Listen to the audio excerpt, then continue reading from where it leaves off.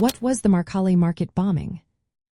Imagine walking through a busy marketplace filled with people shopping, chatting, and going about their day. Now picture that suddenly turning into chaos and tragedy. That's what happened during the Markale market bombings in Sarajevo.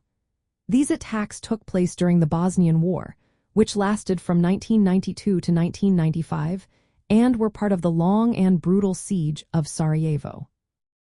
The siege was a siege of the city by Bosnian Serb forces who wanted to control Sarajevo and weaken the Bosnian government. The marketplace, called Markale, was a central spot where many civilians gathered daily to buy food and socialize. The first bombing happened on February 5, 1994. A mortar shell exploded in the crowded market, killing 68 people and injuring about 144 others. It was a shocking attack that showed how civilians were caught in the middle of the fighting. Less than a year later, on August 28, 1995, a second attack struck the same marketplace. This time, 5 mortar shells hit the area, killing 43 people and injuring 75. These bombings weren't accidental. Investigations showed they were deliberate acts of violence by Bosnian Serb forces. The shells were fired from positions controlled by the Bosnian Serb army, which was fighting against the Bosnian government forces. These attacks had a big impact beyond the immediate loss of life.